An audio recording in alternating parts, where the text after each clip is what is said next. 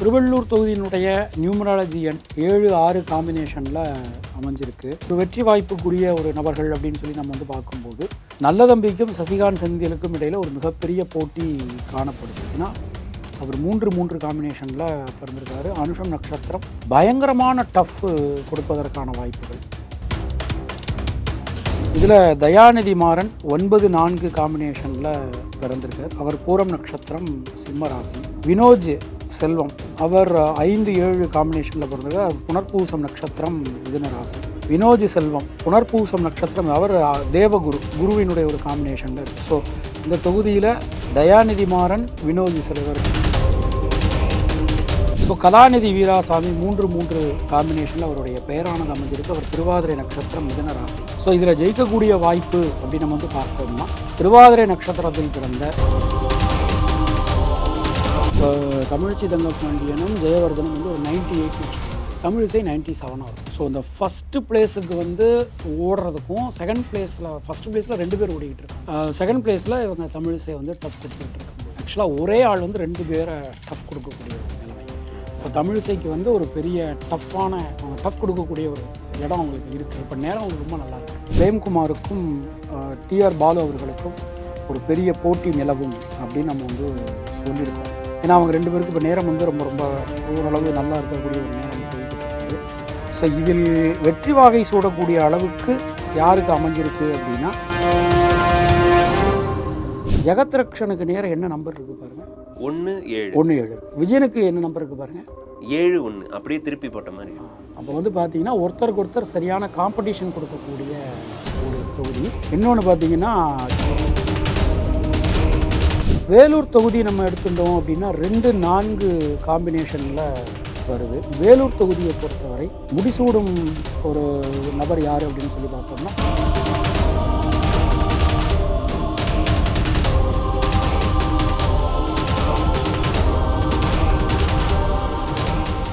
Real one voice நேயர்களுக்கு வணக்கம்.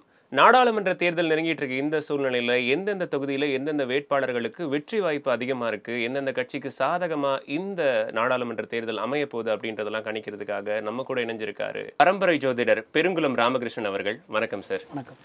நாடாளுமன்ற தேர்தல் நெருங்கிக்கிட்டே இருக்கு. நம்ம ஃபர்ஸ்ட் எந்தெந்த தொகுதியில் எந்தெந்த வேட்பாளர்களுக்கு வெற்றி வாய்ப்பு இருக்கு அப்படின்ற மாதிரியே போயிடலாம் சார். நார்த் ஜோனுக்கு போயிடுவோம். அதில் பார்த்தோம் அப்படின்னா திருவள்ளூர் தொகுதியில் சசிகாந்த் செந்தில் அவர்கள் காங்கிரஸ் சார்பாகவும், நல்லதம்பி அவர்கள் அதிமுக சார்பாகவும், பாலகணபதி அவர்கள் பாஜக சார்பாகவும், ஜெகதீஷ் சுந்தர் அவர்கள் நாம் தமிழர் கட்சி சார்பாகவும் திருவள்ளூர் தொகுதியில் போட்டிடுறாங்க. இதில் யாருக்கு வெற்றி வாய்ப்பு அதிகமாக இருக்கும்? இதில் நம்ம பார்க்குறோம் திருவள்ளூர் தொகுதியினுடைய நியூமராலஜி எண் 7-6 காம்பினேஷனில் அமைஞ்சிருக்கு. சசிகாந்த் செந்தில் 1-7 காம்பினேஷனில் திருவாதிரை நட்சத்திரம் மிதுன ராசி பெற்று பிறந்திருக்காரு. நல்லதம்பி அவர்கள் 3-3 காம்பினேஷனில் அனுஷம் நட்சத்திரம் விருச்சிக ராசியில் அவர் பிறந்திருக்கார். பாலகணபதி அவர்கள் 8-2 காம்பினேஷனில் உத்திரம் நட்சத்திரம் கன்னியா ராசியில் அவர் ஜனிச்சிருக்கார். ஜெகதீஷ் சுந்தர் 4-6 காம்பினேஷனில் பிறந்திருக்கார். உத்திராடம் நட்சத்திரம் மகர ராசி, அவருடைய பேர் ராசி அமைஞ்சிருக்கு. ஸோ இதில் நம்ம ஒரு வெற்றி வாய்ப்புக்குரிய ஒரு நபர்கள் அப்படின்னு சொல்லி நம்ம பார்க்கும்போது நல்லதம்பிக்கும் சசிகாந்த் செந்திலுக்கும் இடையில் ஒரு மிகப்பெரிய போட்டி காணப்படுது. ஏன்னா அவர் 3-3 காம்பினேஷனில் பிறந்திருக்காரு. அனுஷம் நட்சத்திரம் பயங்கரமான டஃப் கொடுப்பதற்கான வாய்ப்புகள். ஸோ இதில் பார்த்தோம்னா சசிகாந்த் செந்திலுக்கும் நல்லதம்பிக்கும் இடையில் ஒரு மிகப்பெரிய போட்டி காணப்படும். சசிகாந்த் செந்தில் ஜெயிப்பதற்கான வாய்ப்புகள் கொஞ்சம் நல்லபடியாக அமைஞ்சிருக்கு. சார், மத்திய சென்னையில் தயாநிதி மாறன் அவர்கள் திமுக சார்பாக போட்டியிடுறாங்க. பி பார்த்தசாரதி அவர்கள் அதிமுக சார்பாகவும், வினோஜ் பி செல்வம் அவர்கள் பாஜக சார்பாகவும், ஆர் கார்த்திகேயன் அவர்கள் நாம் தமிழர் கட்சி சார்பாகவும் போட்டியிடுறாங்க. மத்திய சென்னையில் வெற்றி வாய்ப்பு யாருக்கு அதிகமாக இருக்கு? மத்திய சென்னை அப்படின்னு நம்ம எடுத்துனோம்னா அந்த தொகுதியினுடைய நியூமராலஜி எண் 3-1 காம்பினேஷனில் அமைஞ்சிருக்கு. இதில் தயாநிதி மாறன் 9-4 காம்பினேஷனில் பிறந்திருக்கார். அவர் பூரம் நட்சத்திரம் சிம்ம ராசி. பார்த்தசாரதி அவர்கள் 2-2 காம்பினேஷன் அவருடைய பெயர் அமைஞ்சிருக்கு. அவர் மூலம் நட்சத்திரம் தனுசு ராசி. வினோஜ் செல்வம் அவர் 5-7 காம்பினேஷனில் பிறந்திருக்கார். அவர் புனர்பூசம் நட்சத்திரம் மிதுன ராசி. டாக்டர் கார்த்திகேயன் நாம் தமிழர் 2-3 காம்பினேஷனில் அவர் பிறந்திருக்கார். அவர் மிருகசீர்ஷ நட்சத்திரம் மிதுன ராசி. இந்த தொகுதியே நம்ம எடுத்துட்டோம்னா குரு ரொம்ப பவராக இருக்கக்கூடிய ஒரு தொகுதி. ஸோ 3ஆம் எண் அப்படிங்கிறது வந்து குரு ரொம்ப பவராக இருக்கக்கூடிய தொகுதி. ஸோ நம்ம நவக்கிரகங்கள் ஜோதிடத்தில் 2 விதமான குரு இருக்காங்க, தேவகுரு, அசுரகுரு. ஸோ இதில் பார்க்குறோம், தயாநிதி மாறன் பிறந்தது அவருக்கு பூரம் நட்சத்திரம், சிம்ம ராசி. ஸோ அவர் அசுரகுரு சுக்கிரனுடைய ஒரு வலிமை அவர்கிட்ட ரொம்ப ரொம்ப ஜாஸ்தியாக இருக்குது. வினோஜி செல்வம் புனர்பூசம் நட்சத்திரம், அவர் தேவகுரு, குருவினுடைய ஒரு காம்பினேஷனில் இருக்குது. ஸோ இந்த தொகுதியில் தயாநிதி மாறன், வினோஜி செல்வம் 2 பேருக்கு இடையில் ஒரு போட்டி ரொம்ப ரொம்ப பலமாக இருக்கும். ஸோ ஜெயிக்கக்கூடியது அப்படிங்கிறது தயாநிதி மாறன் ஜெயிப்பதற்கான வாய்ப்புகள் அதிகம். சென்னை நார்த் மேற்கு தொகுதியில் கலாநிதி வீராசாமி அவர்கள் திமுக சார்பாகவும், ராயபுரம் ஆர் மனோ அவர்கள் அதிமுக சார்பாகவும், ஆர்சி பால் கனகராஜ் அவர்கள் பாஜக சார்பாகவும், அமுதினி ஜெயபிரகாஷ் அவர்கள் நாம் தமிழர் கட்சி சார்பாகவும் போட்டிடுறாங்க. இங்கே யாருக்கு வெற்றி வாய்ப்பு அதிகமாக இருக்கும் சார்? ஸோ சென்னை நார்த் தொகுதியை நாம் எடுத்துக்கிறோம். அது நியூமராலஜி எண் 3-9 காம்பினேஷனில் வந்திருக்கு. ஸோ கலாநிதி வீராசாமி 3-3 காம்பினேஷனில் அவருடைய பெயரானது அமைஞ்சிருக்கு. அவர் திருவாதிரை நட்சத்திரம், மிதுன ராசி. ராயபுரம் மனோ அவர்கள் 8-2 காம்பினேஷனில் அவருடைய பெயர் அமைஞ்சிருக்கு, மகம் நட்சத்திரம், சிம்ம ராசி. பால் கனகராஜ் அண்ணன் அவர் 8-4 காம்பினேஷன், மூலம் நட்சத்திரம், தனுசு ராசி. அமுதினி அவர்கள் 8-5 காம்பினேஷனில் அவருடைய பெயர் அமைஞ்சிருக்கு, அவர் கிருத்திகை நட்சத்திரம், மேஷ ராசி. ஸோ இந்த தொகுதியை பொறுத்தவரை கிட்டத்தட்ட மத்திய சென்னை மாதிரி தான்.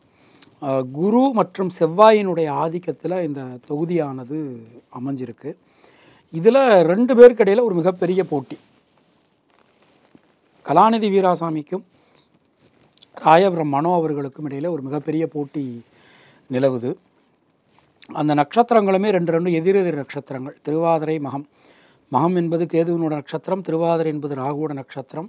இவங்க 2 பேருடைய நட்சத்திரமுமே ரொம்ப ரொம்ப ஆப்போசிட்டாக இருக்குது அப்படின்னு வந்து நாம் வந்து சொல்லலாம். ஸோ இதில் ஜெயிக்கக்கூடிய வாய்ப்பு அப்படின்னு நம்ம வந்து பார்த்தோம்னா, திருவாதிரை நட்சத்திரத்தில் பிறந்த கலாநிதி வீராசாமி அவர்களுக்கு வெற்றி வாய்ப்பு பிரகாசமாக அமைஞ்சிருக்கு. சென்னை சவுத் முக்கியமான ஒரு தொகுதி. இதில் நீங்கள் என்ன சொல்ல போகிறீங்கன்னு பார்க்கலாம். தமிழச்சி தங்கபாண்டியன் அவர்கள் திமுக சார்பாகவும், ஜெயவர்தன் அவர்கள் அதிமுக சார்பாகவும், தமிழிசை சவுந்தரராஜன் அவர்கள் முதன்முறையாக பாஜக சார்பாகவும் போட்டிடுறாங்க. தமிழ்செல்வி அவர்கள் நாம் தமிழர் கட்சி சார்பாக போட்டிடுறாங்க. இதில் ஒரு மும்முனை போட்டி நிலவுன்னு சொல்லலாம். ஸோ இதில் வெற்றி வாய்ப்பு யாருக்கு அதிகமாக இருக்கும் சார்? இது வந்து இந்த தொகுதி, அதாவது இந்த இப்போ நம்ம 39 தொகுதி நாம் வந்து கணித்தோம் இல்லையா, இந்த 39 தொகுதியை கணிக்கும்போது சில தொகுதிகள் வந்து கணிக்கிறது வந்து ரொம்ப டஃப்பாக இருந்தது. அதனுடைய அந்த கேல்குலேஷன் போடுறது வந்து ரொம்ப ரொம்ப டஃப்பாக இருந்தது. ஸோ அதில் நம்ம இப்போ ஒருத்தரை ஜெயிப்பதற்கான வாய்ப்பு இருக்குது அப்படின்னு சொல்லி, இப்போ சில தொகுதிகள் ரொம்ப ஈஸியாக கணிக்க முடிஞ்சது, சில தொகுதிகளில் ரொம்ப டஃப்பாக இருந்தது. அதில் இது ஒரு முக்கியமான ஒரு தொகுதி. ஸோ அது காரணம் என்னன்னு சொல்கிறேன். இப்போது சென்னை தெற்கு அப்படின்னு நம்ம வந்து எடுத்துக்கிட்டோம் அப்படின்னா, அங்கே அந்த நியூமராலஜி நம்பர் 5-1. எப்போதுமே நியூமராலஜியில் வந்து இந்த 1-5 சேரக்கூடாது. 1-5 சேர்ந்ததுனாலே எப்போதுமே ஒரு குழப்பம் இருந்துக்கிட்டே இருக்கும் அப்படின்னு சொல்லுவோம். ஸோ அது மாதிரி இருக்குது. அப்போ தமிழச்சி தங்கபாண்டியன் அவர்கள் 9-7 அந்த நியூமராலஜி, அவங்க மூலம் நட்சத்திரம், தனுசு ராசி. ஜெயவர்தன் அவர்கள் மிருகசீரிஷ நட்சத்திரம், மிதுன ராசி, 1-2 காம்பினேஷன் அவருடைய பெயர்.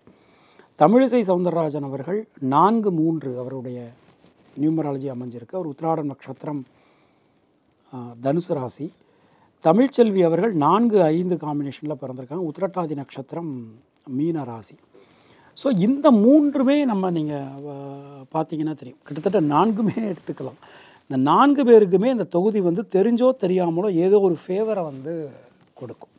ஸோ நம்ம இப்போ எல்லா தொகுதி பார்த்தீங்கன்னா ஃபைனலாக ஒரு 2 பேர், அதுலேருந்து ஒருத்தர் நம்ம சொல்லணும். இதில் வந்து 4 பேரையுமே நம்ம வந்து கணக்கில் எடுத்துக்கலாம்.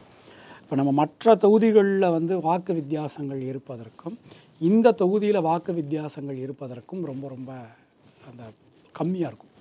இப்போ உதாரணமாக இப்போ ஏதோ ஒரு தொகுதி தமிழ்நாட்டில் ஏதோ ஒரு, இப்போ உதாரணமாக நீங்கள் மதுரை அப்படின்னு எடுத்துக்கிட்டிங்க அப்படின்னா, அந்த ஓட்டு டிஃபரன்ஸ் இருக்குது. அது வந்து பார்த்திங்கன்னா ஒரு 10 இருக்குது, 10% இவங்களுக்கும் அவங்களுக்கும் டிஃபரன்ஸ் இருக்குது அப்படின்னா, இது வந்து 2 அல்லது 1 அந்த மாதிரி தான் இருக்கும். ஸோ ரொம்ப பெரிய அளவில் வித்தியாசம் அப்படிங்கிறது இருக்காது. ஸோ இதில் நம்ம ரொம்ப டஃப் கொடுக்கக்கூடியது அப்படிங்கிறது ஜெயவர்தன், தமிழ்ச்சி தங்கபாண்டியன் தான். தமிழிசை அவர்கள் அதுதான் அடுத்தது சொல்ல வந்தேன். இப்போ என்னென்னா, இப்போ அது இப்போ தமிழ்ச்சி தங்கபாண்டியனும் ஜெயவர்தனும் வந்து ஒரு 98ன்னு வச்சுக்கோங்களேன், தமிழிசை 97 இருக்கும். ஸோ இந்த ஃபஸ்ட்டு பிளேஸுக்கு வந்து ஓடுறதுக்கும் ஃபஸ்ட் பிளேஸில் 2 பேர் ஓடிக்கிட்டு இருக்காங்க. செகண்ட் பிளேஸில் இவங்க தமிழிசை வந்து டஃப் கொடுத்துக்கிட்டு இருக்காங்க. ஆக்சுவலாக ஒரே ஆள் வந்து 2 பேரை டஃப் கொடுக்கக்கூடிய ஒரு நிலைமை. இப்போ தமிழிசைக்கு வந்து ஒரு பெரிய அவங்க டஃப் கொடுக்கக்கூடிய ஒரு இடம் அவங்களுக்கு இருக்குது. இப்போ நேரம் அவங்களுக்கு ரொம்ப நல்லா இருக்குது, ரொம்ப நல்லா இருக்குது. பட் ஜெயிக்கக்கூடியது அப்படின்னு சொல்லி பார்க்கும்போது ஜெயவர்தன் ஜெயிப்பதற்கான வாய்ப்புகள் இந்த 3 பேரில் அவங்களுக்கு கொஞ்சம் அதிகமாக அமைஞ்சிருக்கு.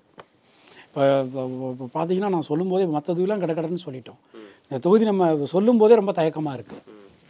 ஏன்னா அது மதில் மேல் பூனை மாதிரி தான். ஒன்று அந்த மதில் மேல் இருக்கக்கூடிய பூனை வந்து டிஎம்கே பக்கம் சாயலாம், இல்லை ஏடிஎம்கே பக்கம் சாயலாம். பட் அந்த ஹீப்ரூ நம்பர் சென்னை சவுத் அப்படின்னு எடுத்துக்கும் போது 1 ஆகவும், ஜெயவர்தன் அவர்களுக்கு நியூமராலஜி நம்பர் 1 ஆகவும் இருக்கிறதுனால நாம் இந்த இதை நம்ம அவங்களுக்கு கொடுத்துருக்கோம். சார் நெக்ஸ்ட்டு ஸ்ரீபெரும்புதூரில் டிஆர் பாலு அவர்கள் திமுக சார்பாகவும், ஜி பிரேம்குமார் அவர்கள் அதிமுக சார்பாகவும், விஎன் வேணுகோபால் அவர்கள் டிஎம்சி சார்பாகவும் காங்கிரஸ் சார்பாகவும், சிவகுமார் அவர்கள் நாம் தமிழர் கட்சி சார்பாகவும் போட்டியிடுறாங்க. இதில் யாருக்கு வெற்றி வாய்ப்பு அதிகமாக இருக்குது சார்? ஸ்ரீபெரும்புதூர் தொகுதியினுடைய நியூமராலஜி என்ன எடுத்துக்கிட்டோம்னா 6-1 அமைஞ்சிருக்கு. இதில் டிஆர் பாலு அவர்கள் சதயம் நட்சத்திரம் கும்பராசி 4-3 காம்பினேஷனில் பிறந்திருக்காரு. பிரேம்குமார் உத்திரம் நட்சத்திரம் கன்னியா ராசி ஒரு 7-5 காம்பினேஷனில் பிறந்திருக்காரு. வேணுகோபால் அவர்கள் மிருகசீர்ஷ நட்சத்திரம் ரிஷபராசி 8-9 காம்பினேஷனில் பிறந்திருக்காங்க. சிவகுமார் ரேவதி நட்சத்திரம் மீனராசி 8-5 காம்பினேஷனில் அவங்க பிறந்திருக்காங்க. ஸோ நம்ம ஏற்கனவே இந்த தொகுதியை வந்து நம்ம அனலைஸ் பண்ணும்போது இதில் ரொம்ப டஃப் கொடுக்கக்கூடியது அப்படின்னு சொல்லி பார்த்தோம்னா பிரேம்குமாருக்கும் டிஆர் பாலு அவர்களுக்கும் ஒரு பெரிய போட்டி நிலவும் அப்படின்னு நம்ம வந்து சொல்லியிருக்கோம். ஏன்னா அவங்க 2 பேருக்கும் இப்போ நேரம் வந்து ரொம்ப ஓரளவு நல்லா இருக்கக்கூடிய ஒரு நேரம் போய்கிட்டு இருக்குது. ஸோ இதில் வெற்றி வாகை சூடக்கூடிய அளவுக்கு யாருக்கு அமைஞ்சிருக்கு அப்படின்னா டிஆர் பாலு அவர்களுக்கு வெற்றி வாகை சூடுவதற்கான வாய்ப்புகள் அதிகம். ஆனால் ஒரே ஒரு சிக்கல் மட்டும் என்ன அப்படின்னா வெற்றி வாகையெல்லாம் சூடிடுவார். பட் அவருக்கு நேரம் வந்து கொஞ்சம் பர்சனலாக நேரம் வந்து கொஞ்சம் சரியாக இல்லை. உடல் ஆரோக்கியத்தில் ரொம்ப கவனம் செலுத்த வேண்டிய ஒரு நேரம். ஸோ இது அவர் பர்சனலாக ஒரு ஜாதகம் வந்து இன்னும் இப்போ இந்த வைகாசி மாதத்துக்கு மேலே, அதாவது உங்களுக்கு பார்த்தீங்கன்னா மே 15க்கு மேலே ரொம்ப கவனத்தோடு இருக்க வேண்டிய ஒரு நேரம். ஸோ ஒரு 6 மாதம் கொஞ்சம் சரியாக இல்லை. ஸோ அதனால் அது நம்ம வந்து ஒரு என்ன சொல்கிறதுனா ஒரு ஜோதிடராக நம்ம அவருக்கு ஒரு சஜஷன் சொல்கிறோம். ஸோ அதில் வந்து டிஆர் பாலு அவர்கள் ஜெயிப்பதற்கான வாய்ப்புகள் ரொம்ப அதிகம். சார் நெக்ஸ்ட்டு காஞ்சிபுரம் தொகுதியில் ஜி செல்வம் அவர்கள் திமுக சார்பாகவும், இ ராஜசேகர் அவர்கள் அதிமுக சார்பாகவும், ஜோதி வெங்கடேசன் அவர்கள் பாமக சார்பாகவும், சந்தோஷ்குமார் அவர்கள் நாம் தமிழர் கட்சி சார்பாகவும் காஞ்சிபுரம் தொகுதியில் போட்டிடுறாங்க. இதில் யாருக்கு வெற்றி வாய்ப்பு அதிகமாக இருக்கும்? ஆக்சுவலாக காஞ்சிபுரம் தொகுதி பார்த்தோம்னா 2-8 காம்பினேஷனில் அந்த பேரானது அமைஞ்சிருக்கு. செல்வம் அவர்கள் பூரட்டாதி நட்சத்திரம் கும்பராசி, அவருடைய நியூமராலஜி 4-1 ராஜசேகர் அவர்கள் சித்திரை நட்சத்திரம் துளாராசி 9-2 காம்பினேஷனில் அவர் பிறந்திருக்காரு. ஜோதி வெங்கடேசன் அவர்கள் திருவோணம் நட்சத்திரம் மகர ராசி 1-8 காம்பினேஷன்லையும், சந்தோஷ்குமார் அவர்கள் சதய நட்சத்திரம் கும்பராசி 3-6 காம்பினேஷன்லேயும் பிறந்திருக்காங்க. ஆக்சுவலாக இதில் வந்து ரொம்ப டஃப் கொடுக்கக்கூடிய நபர்கள் அப்படின்னு சொல்லி நம்ம வந்து பார்த்தோம்னா ராஜசேகர் செல்வம் அவர்களுக்கு இடையில் ஒரு டஃப்பான காம்படிஷன் இருக்கும். பட் ஃபைனலாக முடிசூடுறது அப்படின்னு சொல்லி பார்த்தோம்னா செல்வம் அவர்களுக்கான வாய்ப்புகள் மிக அதிகம். ஏன்னா அவர் பூரட்டாதி நட்சத்திரம் கும்பராசியில் பிறந்திருக்காரு. உள்ளபடியே அவருடைய நேரம் இப்போ நல்லா இருக்குது. ஜென்மசனி நடந்தாலும் கூட நேரம் நல்லா இருக்குது. அவருடைய நியூமராலஜி ரொம்ப சிறப்பாக அற்புதமாக அமைஞ்சிருக்கு. அடுத்து அரக்கோணம் தொகுதியில் சார் எஸ் ஜெகத் ரட்சகன் அவர்கள் திமுக சார்பாகவும், ஏஎல் விஜயன் அவர்கள் அதிமுக சார்பாகவும், கே பாலு அவர்கள் பாமக சார்பாகவும், அப்சியா நஸ்ரின் அவர்கள் நாம் தமிழர் கட்சி சார்பாகவும் போட்டிடுறாங்க. இதில் முஸ்லீம் கேண்டிடேட்ஸ்லாம் இருக்காங்களா சார், அவங்களுக்கும் கணிக்க முடியுமா? அவங்களும் இல்லை, உலகத்தில் பிறந்த எல்லாருக்குமே வந்து ஒரு ஜாதகம் என்பது இருக்குது. உலகத்தில் பிறந்த எல்லாருக்குமே ஜாதகம் கணிக்க முடியும். ஒரு என்ன அப்படின்னா அவங்க பிறந்த தேதி நேரம் கொடுத்தாங்கன்னா ரொம்ப எக்ஸாக்டாக நம்மளால் சொல்ல முடியும். அல்லது நீங்கள் அந்த பெயர் ராசிப்படி தான் வந்து ஓரளவு நம்மளால் அந்த பலன்கள் நம்மளால் எடுக்க முடியும். எப்போதுமே என்ன அப்படின்னா ஜோதிடத்தை பொறுத்தவரை வழிகாட்டுபவன் தான் ஜோதிடன், வாழ வைப்பது வந்து இறைவன் தான். ஸோ இறைவனை சாட்சியாக வச்சுட்டு தான் நாம் அந்த விஷயங்கள் எல்லாமே நாம் வந்து பண்ணுறோம். ஸோ இது நம்ம வந்து எப்போதுமே கடவுள் ஆயிட முடியாது இல்லையா. ஸோ அது மாதிரி உலகத்தில் எந்த இப்போ கிறிஸ்டியனாக இருக்கலாம், முஸ்லீமாக இருக்கலாம். ஆக்சுவலாக உங்கள்ட்ட கூட ஒரு விஷயம் பகிர்ந்துக்கிறேன். ஒரு ஆப்பிரிக்கா நாட்டில் இருக்கக்கூடிய ஒரு முஸ்லீம் நாடு, அந்த மன்னனுக்கு வந்து பார்த்திங்கன்னா 6 ஒய்ஃபு 22 குழந்தைங்க. 6 ஒய்ஃபு 22 குழந்தைங்க. அவங்களுக்கு நான் வந்து ஜாதகம் பார்த்துருக்கேன். ஸோ ஒரு அந்த மொழியில் டிரான்ஸ்லேட்டர் ஒருத்தர் இருந்து வந்து நம்ம பார்த்து கொடுத்துருக்கோம். ஸோ அவங்க சில பேருக்கு அந்த நம்பிக்கைகள் இருக்குது. ஸோ அதனால் எங்கே இப்போ பிறந்தாலும் பிறந்த தேதி நேரம் இருந்ததுன்னா ரொம்ப நம்ம கரெக்டாக அக்யூரேட்டாக நம்மளால் சொல்ல முடியும். ஸோ இப்போ அரக்கோணம் தொகுதி அப்படின்னு நம்ம எடுத்துனோம்னா 7-4 காம்பினேஷனில் வருது. ஜெகத்ரக்ஷன் அவர்கள் மூலம் நட்சத்திரம் தனுசு ராசி 1-7 காம்பினேஷன் அவருடைய பெயரானது அமைஞ்சிருக்கு. ஏஎல் விஜயன் அவர்கள் 7-1 காம்பினேஷன்லையும், ரோகிணி நட்சத்திரம் ரிஷபராசி, பாலு அவர்கள் பூராடம் நட்சத்திரம் தனுசு ராசி 3-2 காம்பினேஷன்லையும், அப்சியா நஸ்ரீன் அவர்கள் கிருத்திய நட்சத்திரம் ரிஷபராசி 5-8 காம்பினேஷன்லையும் பிறந்திருக்காங்க. உங்களுக்கு நான் கொடுத்த டாக்குமெண்ட் பாருங்கள். அரக்கோணம் தொகுதியில் ஜெகத்ரக்ஷனுக்கு நேரம் என்ன நம்பர் இருக்குது பாருங்கள், 1-7 இருக்குது. விஜயனுக்கு என்ன நம்பர் இருக்குது பாருங்கள், 7-1. அப்படியே திருப்பி போட்ட மாதிரி. அப்போ வந்து பார்த்தீங்கன்னா ஒருத்தருக்கு ஒருத்தர் சரியான காம்படிஷன் கொடுக்கக்கூடிய ஒரு தொகுதி. இன்னொன்று பார்த்தீங்கன்னா ஜெகத்ரக்ஷன், இப்போ நான் டெக்னிக்கலாக சொல்கிறேன், அது உங்களுக்கு புரியுமாறு நான் உங்களுக்கு சொல்கிறேன், டெக்னிக்கலாக சொல்கிறேன். விஜயன் அவர்கள் ரிஷபராசி, ஜெகத்ரக்ஷன் அவர்கள் தனுசு ராசி. ஸோ தனுஷு ரிஷபம் வந்து பார்த்தீங்கன்னா ஷஷ்டாஷ்டகம்னு சொல்லுவோம். ஒன்றும் இல்லை, அது நீங்கள் டெக்னிக்கல் வேர்டு ரொம்ப கன்ஃபியூஷன் பண்ணிக்க வேண்டாம். ஒரு ராசியிலேருந்து இன்னொரு ராசியை எண்ணும்போது 6-8 வந்ததுன்னா அது பேர் ஷஷ்டாஷ்டகம்னு சொல்லுவோம். இப்போ ரிஷபத்துலேருந்து நீங்கள் தனுசு கவுண்ட் பண்ணிங்கன்னா 8வது ராசி வரும். தனுசுலேருந்து ரிஷபம் கவுண்ட் பண்ணிங்கன்னா 6வது ராசி வரும். அது ஷஷ்டாஷ்டகம் அப்படின்னு ஒரு டெக்னிக்கல் டேர்ம் இருக்குது. ஸோ இந்த மாதிரி காம்பினேஷனில் இருக்கிறவங்கள வந்து மேரேஜ் பண்ண மாட்டாங்க. இப்போ ஹஸ்பண்டும் ஒய்ஃபும் 6-8 இருந்ததுன்னா டக்குன்னு மேரேஜ் பண்ண மாட்டாங்க. ஏன்னா வாக்குவாதம், ஹஸ்பண்ட் ஒய்ஃப்னாலே வாக்குவாதம் தான், பட் இது கொஞ்சம் அதிகமாக இருக்கும். ஸோ இதில் பொறுத்தவரை ஏஎல் விஜயன் அவர்கள் ஜெகத்ரக்ஷனுக்கு பயங்கர டஃப் கொடுப்பாங்க. அரக்கோணம் தொகுதியை பொறுத்தவரை ஜெகத்ரக்ஷன் அவர்கள் முடிசூடுவதற்கான வாய்ப்புகள் ஜாஸ்தி. சார், அடுத்து வேலூர் தொகுதியில் டிஎம் கதிர் ஆனந்த் அவர்கள் திமுக சார்பாகவும், எஸ் பசுபதி அவர்கள் அதிமுக சார்பாகவும், ஏசி சண்முகம் அவர்கள் பிஜேபி சார்பாகவும், மகேஷ் ஆனந்த் அவர்கள் நாம் தமிழர் கட்சி சார்பாகவும் போட்டிடுறாங்க வேலூர் தொகுதியில். இதில் யாருக்கு வெற்றி வாய்ப்பு அதிகமாக இருக்கும்? வேலூர் தொகுதி நம்ம எடுத்துட்டோம் அப்படின்னா 2-4 காம்பினேஷனில் வருது. இதில் கதிரானந்த் அவர்கள் ரேவதி நட்சத்திரம் மீனராசி 4-3 காம்பினேஷனில் அவர் பிறந்திருக்காரு. பசுபதி அவர்கள் மூலம் நட்சத்திரம் தனுசு ராசி 1-8 காம்பினேஷனில் அவர் பிறந்திருக்கார். ஏசி சண்முகம் அவர்கள் திருவாதிரை நட்சத்திரம் மிதுன ராசி 5-1 காம்பினேஷனில் அவர் பிறந்திருக்கார். மகேஷ் ஆனந்த் அவர்கள் 3-2 காம்பினேஷனில் பிறந்திருக்காங்க. மகம் நட்சத்திரம் சிம்ம ராசி. ஸோ இதில் இந்த 3 பேர் இப்போ சென்னை தெற்கு தொகுதி மாதிரி தான். கதிரானந்த் அவர்கள், பசுபதி அவர்கள், ஏசி சண்முகம் அவர்கள், இவங்க 3 பேருக்கு இடையில் ஒரு மிகப்பெரிய பலத்த போட்டி நிலவுதை நம்ம வந்து பார்க்க முடியுது. பட் இந்த பலத்த போட்டி இருந்தாலும் வேலூர் தொகுதியை பொறுத்தவரை முடிசூடும் ஒரு நபர் யார் அப்படின்னு சொல்லி பார்த்தோம்னா கதிரானந்த் அவர்கள் ரேவதி நட்சத்திரம் மீன ராசியில் பிறந்திருக்கார். அவருக்கு என்ன ஒரு பெரிய அட்வான்டேஜ் அப்படின்னா அவர் நியூமராலஜி நம்பர் 4, வேலூரினுடைய ஹீப்ரூ நம்பர் 4. இப்போ மீன ராசி 4 அப்படிங்கிறது ராகு, மீன ராசிக்கு ராசியிலேயே ராகு இருக்குது. அவருக்கு ஒரு பெரிய ஒரு சில விஷயங்களை கொடுக்கும்.